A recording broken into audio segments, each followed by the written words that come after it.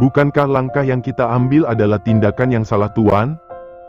Manuel berdiam diri menatap jendela besar rumahnya, sudut bibirnya terangkat mendengar pertanyaan itu. Menjadi pemimpin bukan untuk sekedar meneruskan tapi juga mempertahankan. Melirik tajam asistennya. Dunia bisnis terlalu kejam jika Damian masih melibatkan perasaan pada musuh. Kasihan adalah kunci kelemahan. Sebenarnya tidak salah, tapi kenapa rencananya mendadak berubah? Perasaan yang tuannya mau kemarin adalah membalaskan dendam secara diam namun rapi. Lalu sekarang, dia punya keluarga, dengan masih ada rasa kasihan itu. Akan besar kemungkinan, yang mati duluan bukanlah musuh melainkan keluarganya. Tapi Tuan, dendam seharusnya bukan untuk Tuan muda. Dia hanyalah manfaat yang ada dengan sebaik-baiknya, dia akan belajar dengan apa yang kuperintahkan. Morgan, marga yang terdengar ramah di telinga tapi memiliki pemimpin kejam di belakangnya. Bukan atau dua kali Manuel melibatkan nyawa seorang demi jalannya yang mulus, itulah kenapa dunia bisnis sangat kejam jika masih ada rasa kasihan dan simpati. 36 jam. Gumamnya, mengikuti langkah sang tuan yang sudah menjauh dari jangkauannya. Sementara itu, Hasya harus terbangun dengan perasaan gamang. Tidak bersemangat melakukan aktivitas apapun, atau hanya sekedar berdiri dari rebahannya. Terhitung sejak 10 menit yang lalu, posisinya masih sama.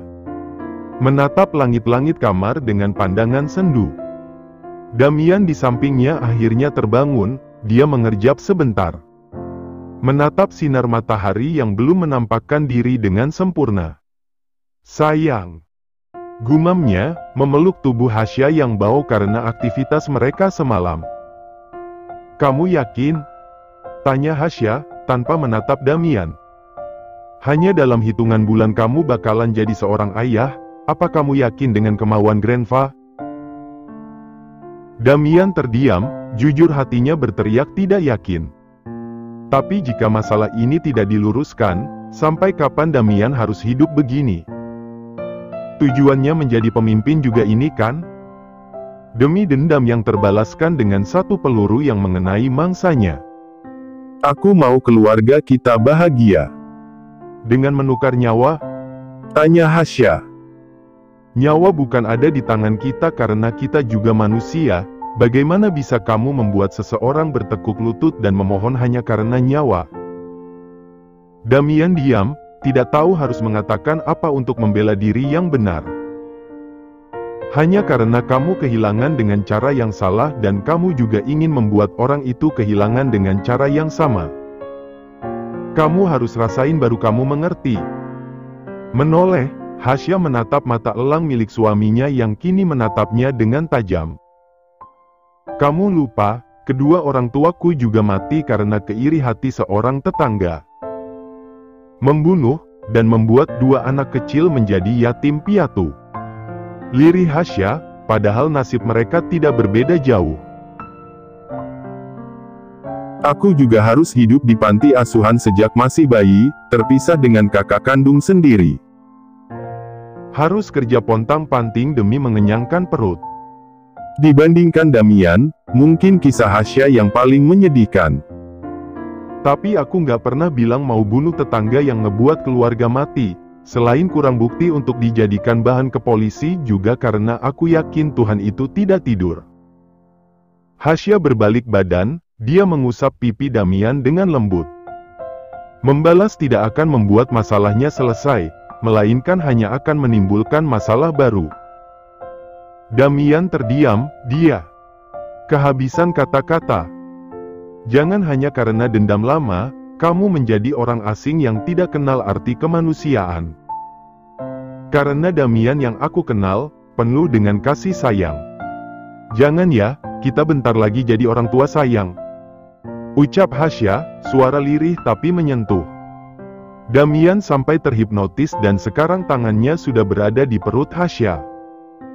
Percaya sama aku, sakit di masa lalu akan tergantikan dengan kebahagiaan di masa sekarang. Kamu mungkin memang kehilangan ibu dan peran seorang ayah yang juga membuatmu trauma dengan ibu tiri, tapi masih ada aku dan anak kita. Kamu di sini menunggu, mendoakan kamu tetap sehat dan terus cinta sama kami tanpa batas. Selalu mendukung, menyayangi dan ucapnya terhenti karena bibirnya yang sudah disambar duluan oleh Damian. Semua kata-kata Hasya, tidak hanya mengusik hati tapi juga otaknya. Setiap orang memiliki trauma, tidak ada trauma kecil. Karena lukanya akan terus sama, meremehkan trauma seseorang hanyalah pikiran seorang pencundang. Dengan Damian yang masih bersiap-siap, Hasya sudah berkutik di dapur. Hebatnya, rasa mual memegang barang-barang di dapur sudah tidak dirasakan lagi. Hasya harap ini berlanjut, karena kasihan melihat sang suami yang harus bekerja ekstra. Sarapan biasa, hanya roti panggang dan potongan alpukat serta tomat. Damian suka sarapan yang sehat seperti ini, tapi tidak dengan Hasya yang lebih suka makanan berat karena perutnya memang terlatih sejak kecil. Terima kasih sayang. Kopi kamu, ini juga air putihnya. Damian tidak melarang Hasya yang melayaninya dengan baik, dia hanya tersenyum. Melihat istrinya yang begitu semangat, Damian jadi merasa lega. Kita kayaknya harus periksa ke dokter, masalah kecebong kan kemarin malam terguncang tuh. Anak kita Damian, kamu kira aku ini katak? Nanti pas lahir, enak aja panggil anak sekarang. Hasya menghela napas, terserah deh. Berdebat sekarang dengan perut kosong hanya akan membuatnya sakit kepala, karena yang dia lawan tidak akan mau ngalah soal adu mulut kalau ngomong. Aku bakal bantuin papa di kantor, kamu nggak apa-apa kan sayang? Kamu kerja double? Tanya Hasya balik. Memangnya kita kekurangan uang banyak untuk lahiran nanti? Kalau iya, aku bisa nyari. Sejak kapan sekarang Damian Graciano Morgan mempermasalahkan uang? Hasya mengangkat bahu, selama kenal yang selalu menjadi masalah Damian adalah perhatian. Selalu serakah kalau soal perhatian, apalagi perhatian dari Hasya. Kita nggak kekurangan uang, kamu mau ngelahirin sampai ke-9 juga uangnya nggak akan bergerak dan masih aman. Aku cuma kasihan sayang. Ungkapnya jujur. Perusahaan papa sedang berkembang pesat, dia sering keluar kota untuk dinas dan melihat proyek-proyeknya. Dia ditinggal hampir tiap hari. Papa ingin aku mengambil sedikit pekerjaannya, setidaknya dia bisa menikmati waktu sebagai pengantin baru. Hasya tersenyum manis, kamu so sweet deh, sikapnya aja yang kayak kutub utara rapi hatinya leleh terus kalau masalah Mama Gia. Damian meminum airnya, dia menggenggam tangan Hasya yang ada di atas meja. Aku punya kamu, aku juga pasti bakalan kesel kalau waktu kita nggak ada cuma karena pekerjaan. Nggak apa-apa kan? Setidaknya sampai kita kembali ke Aussie. Hasya mengangguk cepat, aku nggak permasalahin, asalkan kamu bisa atur waktu untuk istirahat. Jangan khawatir juga, aku sama anak kita bakalan baik-baik aja kok. Damian tersenyum, beruntung Hasya tipikal istri yang sangat pengertian. Memaklumi kalau Damian ini adalah harapan satu-satunya dari papa dan juga kakeknya yang sama-sama memiliki perusahaan raksasa. Aku janji, waktu untuk kita bakalan tetap ada. Hasya mengangguk, dia tidak permasalahkan itu, yang penting suaminya pulang dengan keadaan baik-baik saja. Karena jujur, Hasya tidak bisa membayangkan bagaimana kehidupannya tanpa Damian. Karena sejak pertama kenal, dia sangat bergantung pada suaminya yang posesif tingkat dewa ini. Cuciannya kamu tinggal aja, nanti aku yang cuci. Kamu istirahat atau nonton televisi. Nggak apa-apa, aku bisa kok. Cuma nyuci bekas makan kita. Aku bisa sayang, besok Koki sama Artnya bakalan mulai kerja. Kamu nggak usah lelah-lelah kayak sekarang. Damian memaksa agar Hasya tetap santai di ruang tamu sementara dia yang mencuci bekas makan mereka tadi. Setelah selesai mencuci bekas alat makan mereka, Damian melanjutkan dengan membuka laptop untuk mengerjakan pekerjaan yang sekretaris Manuel kirimkan lewat email. Mungkin nanti, setelah agak siangan dia datang ke kantor Abraham untuk menanyakan pekerjaan apa yang bisa dia bantu. Melelahkan, tapi begitulah proses. Damian tidak bisa berleha-leha karena sekarang, bukan hanya papa dan kakeknya tetapi ada istri dan anaknya yang menjadi tanggung jawabnya. Di sisi lain, sepi, 4 kata itu yang dirasakan Hasya mulai siang ini. Damian sudah pergi setelah tadi makan siang bersama, meninggalkan Hasya seorang diri bersama makanan-makanan yang penuh di laci, kulkas, rak atas. Duh, ini gimana sih? Perkara bajunya yang sobek, Hasya berinisiatif untuk menjahitnya secara mandiri. Padahal mau dibuang juga Damian tidak akan keberatan, malah dengan senang hati akan membelikan yang baru. Tapi begitu deh, sok ngide dulu. Daripada gabutkan, lagian Hasya juga tidak mengantuk sama sekali untuk tidur siang. Nah, terus jahitnya dimulai dari mana? Bingungnya. Dari serba bisa terus serba terima jadi, Hasya jadi lupa gimana cara menjahit yang bagus dan benar. Aduh, kok bisa lupa sih? Padahal hampir seluruh umur kerjaannya ngejahit baju. Gumamnya. Tetap tidak menyerah, Hasya mencoba. Meski kaku tapi ternyata tangannya tidak bisa berbohong kalau dia berbakat menjahit. Tersenyum senang, Hasya melakukan pekerjaannya dengan sangat bersemangat. Wanita hamil itu begitu riang kala jahitannya selesai dengan hasil yang sangat memuaskan. Terus ngikatnya gimana? Lirihnya, bingung sendiri kan? Dicoba-coba, kan udah biasa. Tapi kali ini percobaannya tidak semulus yang tadi karena Hasya membuat jarinya terluka oleh jarum tajam itu. Berdarah. Cepat-cepat dia membersihkan darahnya, hanya sedikit tapi tusukannya dalam dan perih. Membersihkannya dengan air, Hasya mengambil kotak obat dan mengobatinya dengan cepat. Dia takut saat pulang nanti Damian melihat jarinya terluka, maka Hasya tidak akan bisa sebebas sekarang. Sendirian di apartemen, Hasya merasa bebas meski sepi dan kadang merindukan suaminya yang bekerja keras untuk kehidupan keluarga kecil mereka. Salut, Damian yang angkuh adalah lelaki dengan penuh tanggung jawab. Bagaimana bisa Hasya tidak akan terus jatuh cinta pada suaminya itu? Nah selesai, nanti sore bakalan dilepas jadi nggak akan kelihatan bengkak dan sakit. Gumamnya, merasa puas dengan hasil pengobatannya sendiri. Yang Hasya lupakan atau memang disengajakan untuk tidak diberitahu, kalau setiap sudut ruangan di apartemen ini memiliki CCTV dengan kualitas yang sangat bagus. Hingga Hasya luka sekecil apapun bisa Damian lihat. Di balik Hasya yang sibuk dengan luka di jarinya, maka ada Damian yang begitu memukau di kantor ayahnya. Kurang dari 1 jam, Damian mendapatkan banyak perhatian dari para pekerja kantor. Mereka sudah mengenal siapa Damian, ya secara siapa juga yang tidak mengenal si anak kaya sejak lahir itu. Fotokopi. Ucapnya, memberikan sketsa masalah pemasaran pada seorang pria dengan kacamata tebalnya.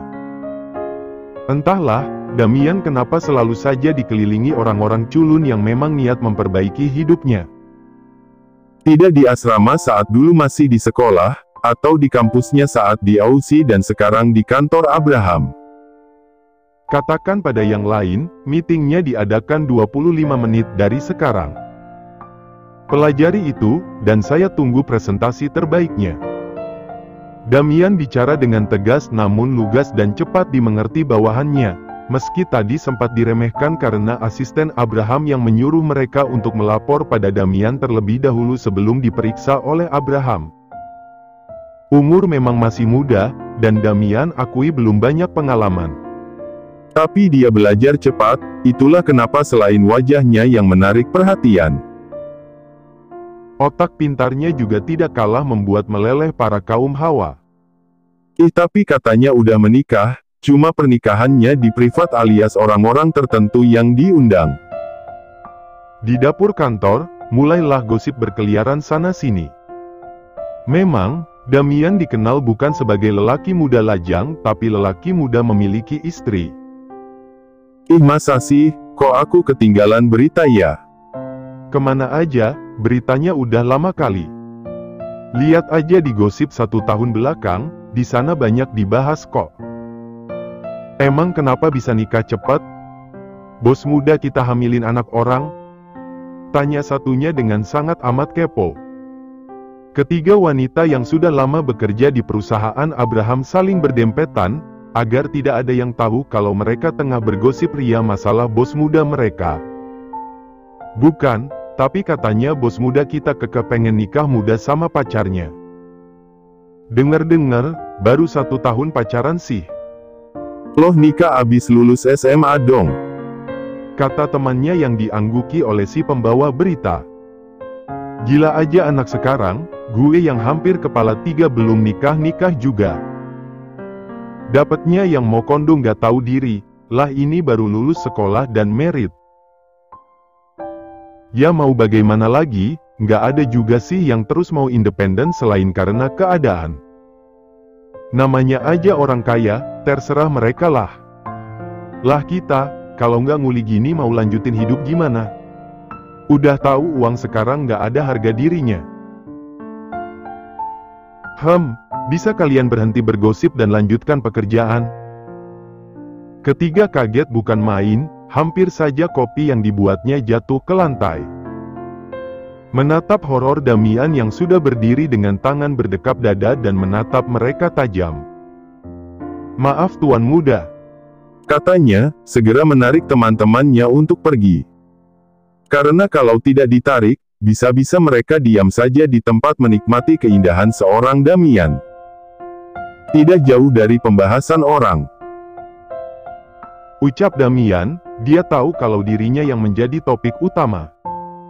Sengaja ke dapur hanya untuk mengirim pesan pada istrinya, untuk tidur siang bukan malah uji kemampuan untuk menjahit baju. Astaga ibu hamil satu ini, suka sekali membuat Damian sok-sok dengan tingkahnya. Di tempat lain, Daniel bersandar sebentar di pintu mobilnya, tubuhnya terasa remuk dengan pekerjaan berat hari ini. Diam-diam memperhatikan, setelah memberikan upah untuk pekerja yang lain. Sosok pria parubaya dengan menggunakan sarung dan peci itu menghampirinya. Nih upahnya, katanya, dengan sedikit ketus. Daniel langsung tersigap, dia bingung kala menerima uang 150.000 dari sosok gagah yang masih tidak ramah kepadanya.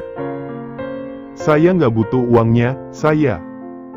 Gue juga nggak butuh tenaga lo, lagian siapa suruh mau kerja beginian? Katanya, memotong ucapan Daniel.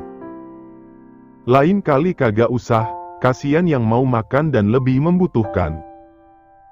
Daniel tersenyum tipis, saya nggak mau terima uangnya, saya kesini untuk membuktikan diri bahwa saya sanggup dan bisa. Terdiam, memang kebal sekali pemuda ini. Telinganya tidak ada lelahnya mendengar omelan dan amukannya, padahal dia tidak memiliki salah apapun. Jangan lupakan, sudah berapa kali penolakan yang Daniel terima, tapi tidak membuatnya mundur malah semakin yakin untuk maju untuk membuktikan dirinya. Silahkan uji saya sebagaimanapun itu, karena perasaan saya tulus sama anak babe. Saya dan Dinda memang memiliki jarak umur yang jauh, dan mungkin saya layak sebagai kakaknya bukan sebagai pendampingnya. Tapi, perasaan saya tidak bisa memilih di mana dia akan jatuh hati. Setelah penolakan itu, Daniel berusaha keras hanya untuk sebuah restu. Dia ingin mendapatkan pujaan hatinya dengan usahanya sendiri, tanpa harus Dinda yang memohon-mohon pada ayahnya. Uangnya, maaf saya datang ke sini untuk bekerja membantu bukan untuk menerima upah. Kalau Babe berkenan, di depan sana ada keluarga kecil yang dihidup dan bergantung dengan memungut plastik. Babe bisa kasih ke sana. Sebagai salam hormatnya, Daniel mencium tangan ayah Dinda dan langsung masuk ke dalam mobilnya. Dia pergi, meninggalkan ayah Dinda yang terdiam dengan uang 150.000 yang berada di tangannya. Elah anak muda zaman sekarang. Decaknya, memperbaiki sarungnya sendiri dan lantas segera pergi untuk pulang. Dia butuh makan dan istirahat.